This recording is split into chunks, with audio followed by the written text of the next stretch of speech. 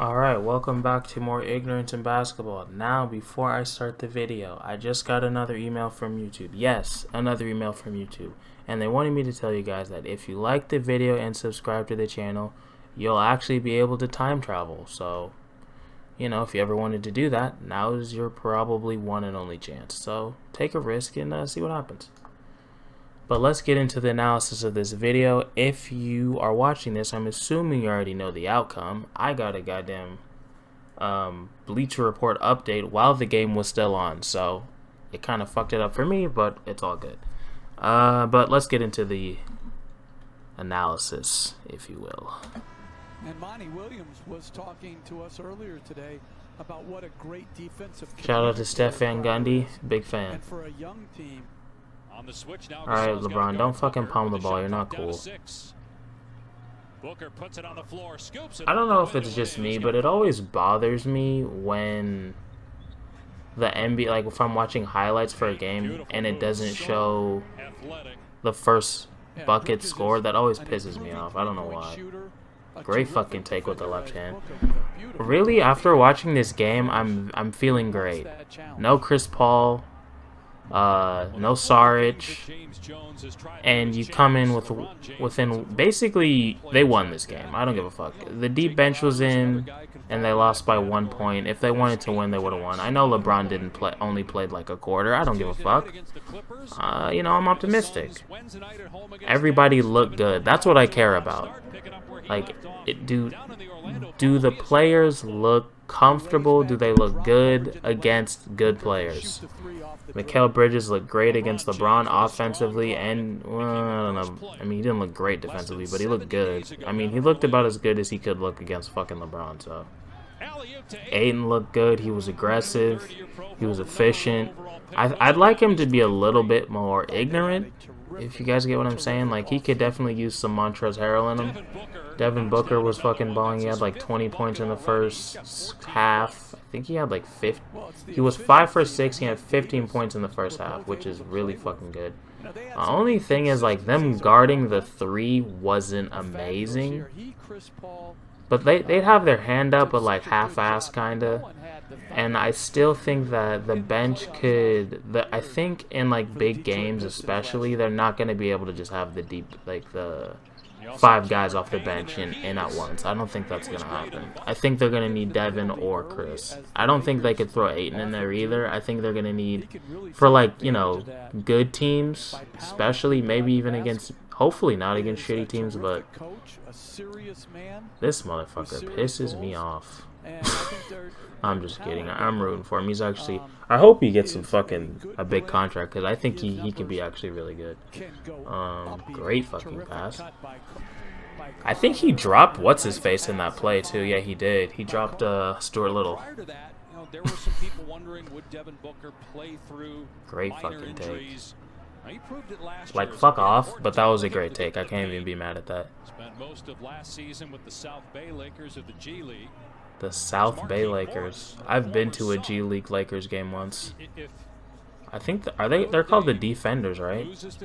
See what I mean? Bridges watched the video.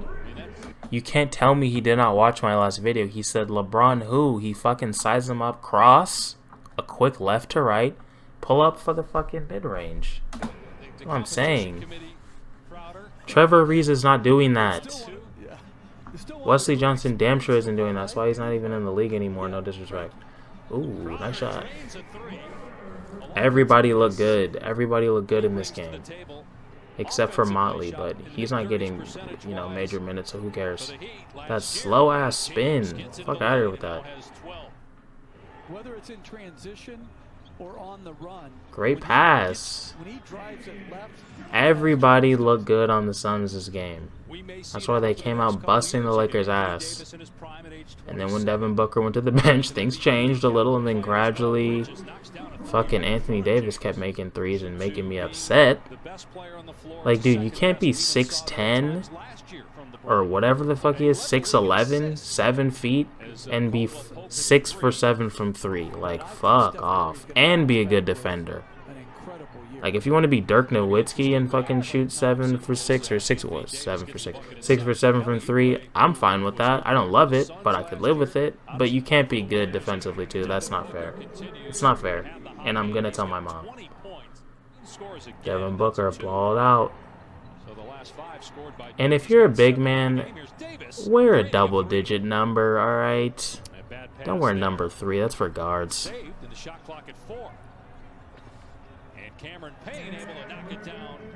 You too, Kuzma. Ugh, Jesus. Someone needs to let them know.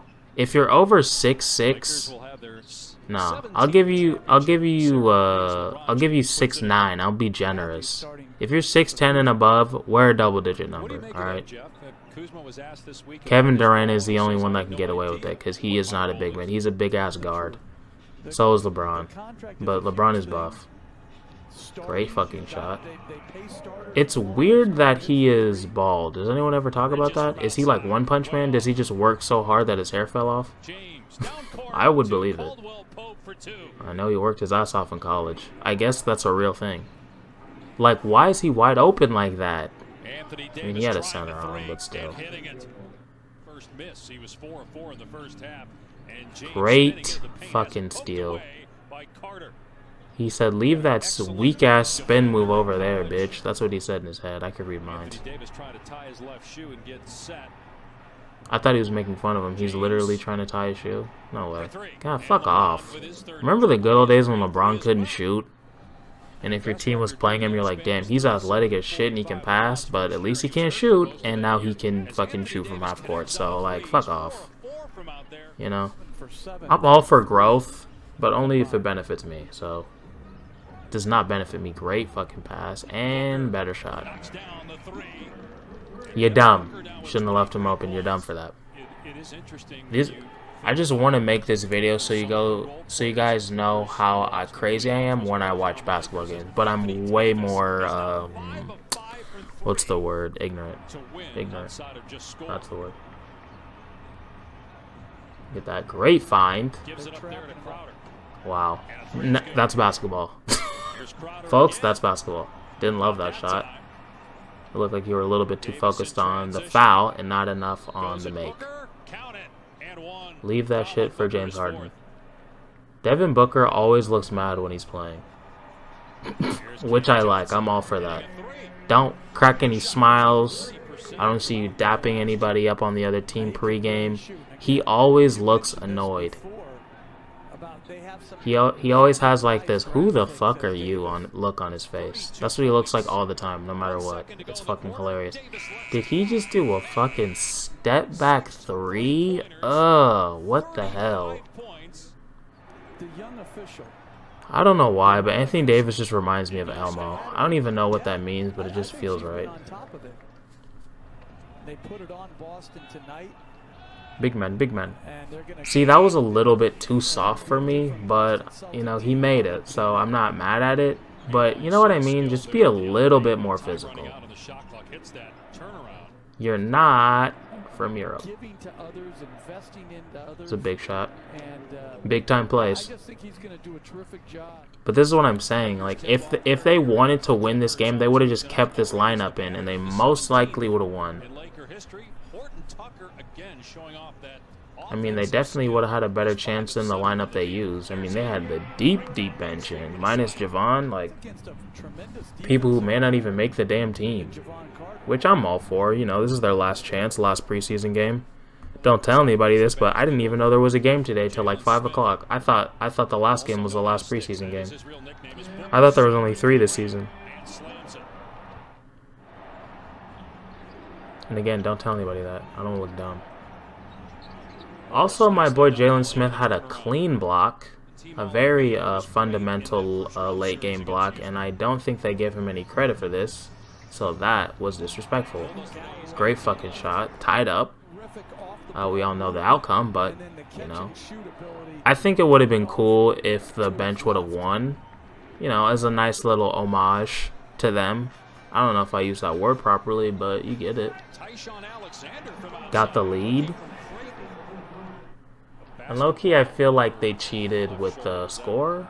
Because there was some scoreboard trouble, and I think the Illuminati wanted the Suns to lose because they also saw my video and they want them to win a chip this year, which I'm all for. Yeah, he had a nice and one. I mean, it was a kind of a spoon-fed and one, let's be real, but, you know, an and one is an and one, so I can't be too mad at it. And he made the free throw, Motley, even though he was the only player that annoyed me throughout this game. I will never be mad at Javon Carter, I don't care. He could slap an old lady in the face, and I'd be like, what did that old lady do to you?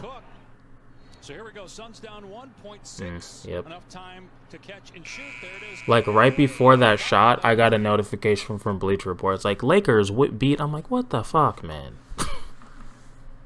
Damn, fucking, he had 35, 6, and 6. What a dick. And probably like 15 minutes or something ridiculous. So, yeah, another loss for the Suns. But, like I've been saying, wins don't matter in the preseason. Everybody looked good. Bridges looked good. Booker looked good. Javon looked good. I think Ayton could have been a little bit more aggressive, but even still, he looked really fucking good. So I'm really just nitpicking. Cameron Johnson looked good. Like, everybody looks good. Chris Paul looked good. He didn't play, but he was active. I'm kidding. So yeah, I'm very excited for this game against the Mavs. We shall see how that goes. I think it's going to be a good one. And yeah, that's it. I'm going to keep this video a little bit shorter. I don't need to keep rambling on.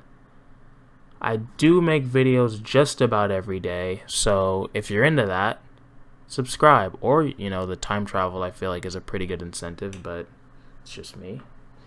Maybe you're not into time travel. Maybe you like 2020. I don't know why you do, but, you know, it's your prerogative. Yeah, that's it. I'm gonna end the video here, and I'll see you guys tomorrow. Peace.